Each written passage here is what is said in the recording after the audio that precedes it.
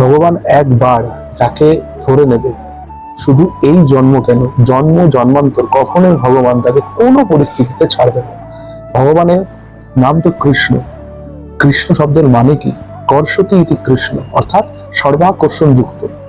তিনি শুধু মাখন চুরি করতেন না বা গোপীদের বস্ত্র চুরি করেন লীলার জন্য, তিনি মন চুরি করেন।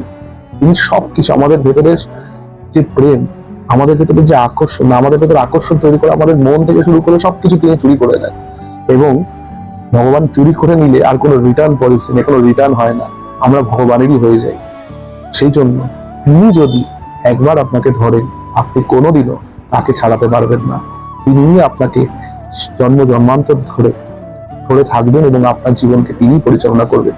অ্যাকচুয়ালি তিনি সবাইকেই ধরে আছেন, কিন্তু যারা মানে যে তিনি আমাকে ধরে আছেন, তাদের জন্য তিনি প্রত্যক্ষ অবস্থায় এসে সেই প্রমাণ দেন যে হ্যাঁ, তোকে আমি ধরে আছি।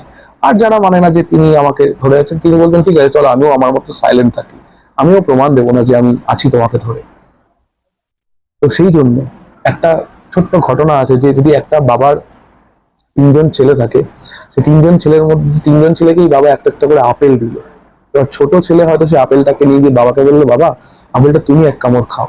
বাবা তখন কিন্তু খুব আনন্দ পেয়ে আপেলটা বাবা এক কামড় খেয়ে ছোট ছেলেকেও কিন্তু আবার নিজের হাতে করে খাওয়াবে। অটোমেটিক্যালি ছোট ছেলেটা বাবার কাছ থেকে যে একটু স্পেশাল আদরটা পাবে, সেটা কিন্তু বাকি দুজন পাবে না। সেই জন্যই যে জানে তিনি আমার সব, এই জগতের সবকিছুই তার দ্বারা প্রদান করা এবং তিনি সবকিছুর মালিক, সে তাকে ভালোবাসবে। এবং সে যখন তাকে ভালোবাসবে, তখন ভগবান তার মনটা, ভগবান মন চুরি করে নেবেন, এবং ভগবান তার মন যখন চুরি করে নেবেন, তখন সে সম্পূর্ণরূপে ভগবানেরই হয়ে যাবে। আর ভগবান চুরি করলে, এই যে বললাম, কোনো রিটার্ন পলিসি নেই। শ্রীরাধ।